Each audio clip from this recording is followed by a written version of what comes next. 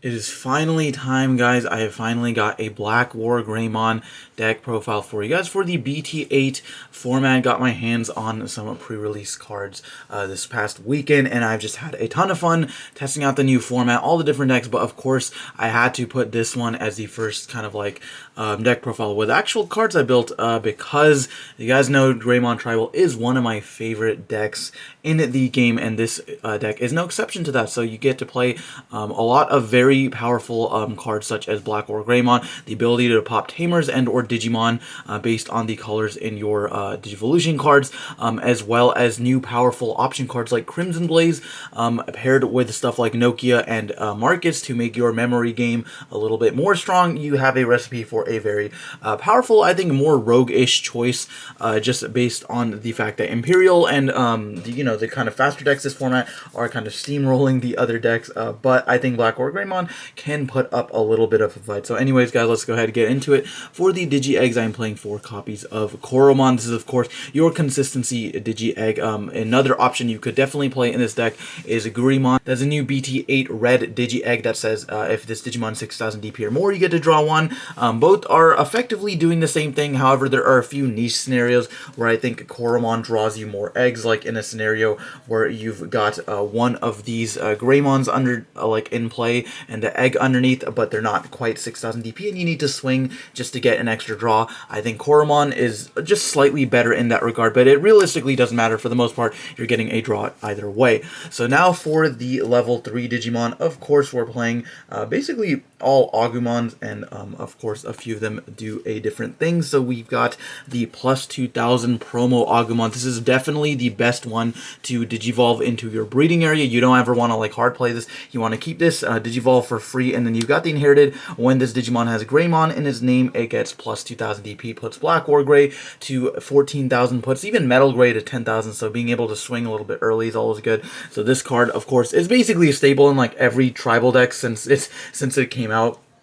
And then, of course, for the consistency cards, we are playing 4 copies of the BT5 Searcher Agumon. So on play, this guy reveals the top 3 cards of your deck, and then adds any Greymon and Omnimon amongst those cards to your hand. Now, I'm not actually playing Omnimon in this list, so you don't quite get the +2 off of him, but it is still good value. You'll almost never miss because there are so many Greymons in this deck, being your champions, ultimates, and your megas. So this guy is really, really good to play off of Nokia, and of course, the new Agumon is probably the best one to play off of Nokia as well. So you've got 8 searchers here. So you got this dude you want to evolve in breeding, and these guys you want to play with Nokia. So the new black Agumon, this guy is cool for a couple of reasons. First of all, he can evolve on a black or red egg. So even if in the case this is like your only level 3, you can still Digivolve this onto a Koromon. And then he's got the on play, reveal the top 4, add a card with Greymon and a card with Dragonkin in its traits. So those are 2 separate things. It can potentially be a +2.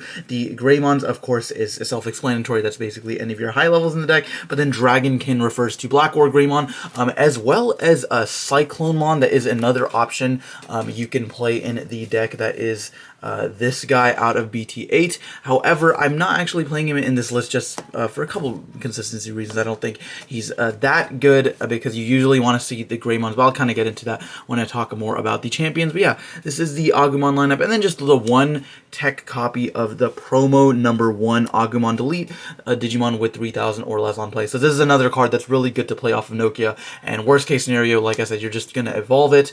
You never want to hard play it for 5, of course, but being able to just delete your opponent's rookies is a very nice option to have. So that is going to do it for the level 3 Digimon, and then for the level 4 Digimon, just playing a ton of Greymon. So of course we've got the new BT8 Greymon, the black one here, who has the inherited effect of while this Digimon, or while you have a red Digimon in play, this Digimon gains blocker during your opponent's turn. So this makes BlackWarGreymon a blocker who's able to unsuspend via his own effect, potentially blocking twice, and of course 12,000 blocker is kind of hard to deal with for most decks. And then of course the other fact that he is able to evolve on both a black and a red Digimon lets you evolve on any of your Agumons here, so not only the red ones but of course also the black one, just helping your consistency as well. So you're usually not finding yourself in a spot where you're like scrambling scrambling to find the correct champion to evolve over. This guy can go over any. Now for the other Greymons, of course, I'm playing what I think are the other best Greymon. So 4 of the starter deck, Sec Attack +1, and then 3 of the BT5 memory gain Greymon. So both of these guys really good for their own reasons. Of course, Sec Attack +1 will like always be good, being able to just get another security check, and then of course being able to restand with the BlackWarGreymon potentially swinging for multiple checks there, like 4 checks there is pretty crazy. And then this guy, of course, because the +2000 is really relevant against a lot of decks, Mastamon, X Antibody, when you just need to be bigger than 12,000. Having this boost is really nice, especially against, you know, things you need to out. But then of course when digivolving, if this card has Agumon, you gain 1 memory. So effectively making it so that anytime you evolve with an Agumon, you're only paying 1, and then if you've got Nokia out on the field, it becomes a free evolution. So it's really good for that reason. Now back to the Cyclonemon playing. The reason why I'm not playing this card. So for you guys that don't know, this is another BT8 card. This guy is a Dragonkin, so he is searchable off of the Black Agumon. He's a red-black dual color, can evolve on both, and then inherited is one attacking delete one of your opponent's Digimon with 2,000 less, which is pretty decent. But realistically, the reason you're playing it is for consistency purpose, like because he can evolve on either your rookies and because you can evolve on top of him with any of your ultimates. So I definitely, and like, I think this card is really good. Don't get me wrong. Now, I definitely think this guy is a 4-up for sure, and these guys are really important as well. I honestly didn't even want to cut this down to 3. If I was to make a suggestion, if you wanted to include Cyclonemon, I'd probably like cut 1 of each of these, play 2 this, and play 2 Cyclonemon. Just because, like I said, he's searchable, so getting the +2 off the like the Black Agumon's really good. The reason why I'm playing more of these is because Sec Attack Plus is really broken in a deck that is very slow paced. Like, your deck requires a lot of time to get set up, and a lot of the times you're not really attacking. So because you need to keep like your BlackWarGreymon, like you need a couple turns to set up without for your Marcus, for your Nokia, etc. So I think being able to make up for that lack of aggression early game with this Sec Attack +1 late game is really important, especially when you're going for an OTK, which I'll talk about how this deck can actually OTK later on. But then this guy is, of course, the best one to evolve outside of the breeding area. So being able to, again, just conserve memory in a meta where everything is very memory efficient, I think is important. But like I said, if you did want to include Cyclonemon, those are the recommendations I would give to you guys. So that is it for the champions. And then for the ultimates, we are, of course, playing what I think is the best Metal Greymon ever printed, is the BT8 dual color red and black Metal Greymon from the new set, like I said. So this guy has a couple of really good things going for it. So of course, first of all, he's dual black and red, so this helps when you're with your consistency, and then of course meeting that requirement for BlackWarGreymon to be able to blow up both Tamers and Digimon. But then of course being able to, when Digivolve, devolve 1 and then kill something with 3,000 or lower. This is really insane in the armor rush matchup, where you can devolve their armor, like devolve their Lydra Flamedramon or whatever, and then just pop the Vmon underneath it. So that effect is really good, but it also just helps you randomly like out things. Like against Mastamon, I've been testing this out. You devolve their Mastamon, and then their ultimate is like 6,000 DP. Usually it's Magnangemon or Lady Devi or something, and then you just like Crimson Blaze it, and that sets them back a couple turns. Or being able to out like things with on deletion effects like Zwart Defeat, being able to out like an Imperial that's suspended and then like attack over it, like because if this guy's got like a plus 2,000 from a Greymon or an Agumon, it makes him 10k, so being able to evolve this, swing into like their Paledramon or Dino Beat or whatever. So there's just a lot of utility with this card. I think it's a really powerful ultimate. Now the only downside being it is a 4 evolution cost, but you know, you can mitigate that a little bit with the fact that you're running Nokia in this deck. But I think the absolute best thing about him is his absolutely broken inherited effect, which is if this Digimon has Dragonkin or Machine in its traits, you can attack your opponent's unsuspended Digimon. So the crazy combo with this and BlackWarGreymon is that BlackWarGreymon, of course, is a Dragonkin, so you have a 12,000 Digimon that can attack unsuspended, and then once per turn, when you know, your opponent's Digimon are deleted, you'll swing into them, and then when they're deleted, you can unsuspend via BlackWarGreymon's effect and attack another unsuspended. So this card is absolutely crazy because of that reason. Your opponent basically can't commit anything to the field as long as you've got this set up. They have to out your BlackWarGreymon like immediately. So that's why this card is really crazy. And then for the other ultimates, playing 2 copies of the EX1 Gunmetal Greymon, of course, for the purpose that this can evolve on both black and red is really crazy. The piercing effect doesn't really come up that much, but it is nice. But then the one attacking, you can delete something with 4,000 or lower is pretty cool. You can pop any number of rookies. You can pop Stingmons or XVs with this. So that it comes in handy a lot, especially when you want to get more value out of this. You can like swing with this, pop something, and then go into BlackWarGrey, pop something else, unsuspend, and then maybe you've got the blocker inherited underneath so you can block during your opponent's turn. So lots of really, really cool interactions there. And then the last ultimate here is 2 copies of Chimeramon. So Chimeramon is a DNA Digivolution Digimon that can evolve from any color of 2 level 4s. And then you can just also regularly evolve him for a cost of 4, but he's a rainbow. So this is really good for a couple of reasons. Mainly because it fixes your stack issues that you have in this deck. A lot of times, if you're struggling, like let's say if you've got like this setup, but then you've got like a black Digimon in your graveyard, or like, you know, maybe a blocker inherited or something, you can like evolve these and then like go Chimeramon and then like fix the stack that you need. So now you have a black for BlackWarGreymon, or now you've got a blocker inherited. So you can do that, or maybe potentially get another Sec Attack Plus, or maybe another DP boost if you need to run over something. So there's just a lot of utility to be had with Chimeramon. And then of course the effect where you can just minus stuff for each color you have. Usually you get minus 2 to 3,000 off of this for each color it has. So Chimeramon, really, really crazy. And then of course just being able to evolve an ultimate for like 0 cost is really, really good. So if you're starting with 3 memory, the OTK involves like you going into Chimeramon, sticking something underneath it, evolving BlackWarGrey, and then just going from there. But I'll kind of talk about that when I get to the megas. Which, speaking of the megas, let's go ahead and talk about the most crazy BlackWarGreymon that we have gotten to date. This guy makes the deck, he's the heart and soul of the deck, right? He's the whole reason to play the deck. This is the BT8 BlackWarGreymon, 1 Digivolving. If he's got red Digimon, you can choose Digimon. If he's got black Digimon underneath him, you can choose Tamers. And you delete any combination up to 6 costs or lower. So being able to pop Tamers is really, really nice. Wish we had this last format, but you know, better late than never. This guy is really awesome. And lots of different decks, being able to pop Davis's, Cody's, just TKs, you know, any memory setter or tamer that your opponent's going to get value off of, and of course their rookies as well is really crazy. And of course, if an opponent's Digimon is deleted, you get to unsuspend this Digimon. So really cool stuff there. Lots of cool interactions. For example, if you got the blocker inherited, if you block with this guy, you can immediately unsuspend and then block again with him.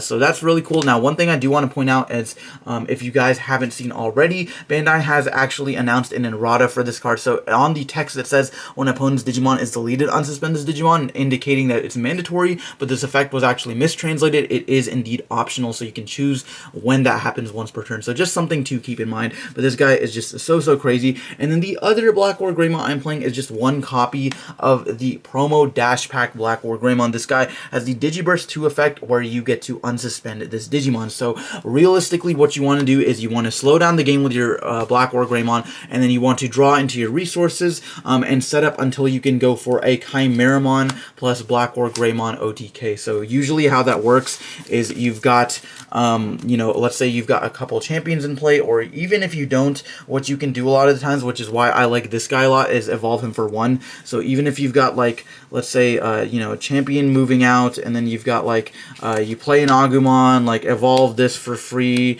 and then you like go Chimeramon, and then you can go into this, and then effect, and usually a late game you either have one of these in play or you can stick something underneath it. So the kind of combo here is to do something like this. Of course you'll need a black Digimon, so you probably want to fix that at some point. So maybe something like this. You guys get the gist. But anyways, so you want to evolve this with a ton of materials, and what you can do is swing with this, detach to unsuspend, detach to unsuspend, and keep swinging to go for game. Usually, if you got like, let's say if you got 4 materials in this stack, you could swing, check 2, detach these, swing, check 2, detach, and then swing. That's 5 security checks right there. Or a couple of times I've even gotten double Greymon underneath them. So it's depending on what you want to do.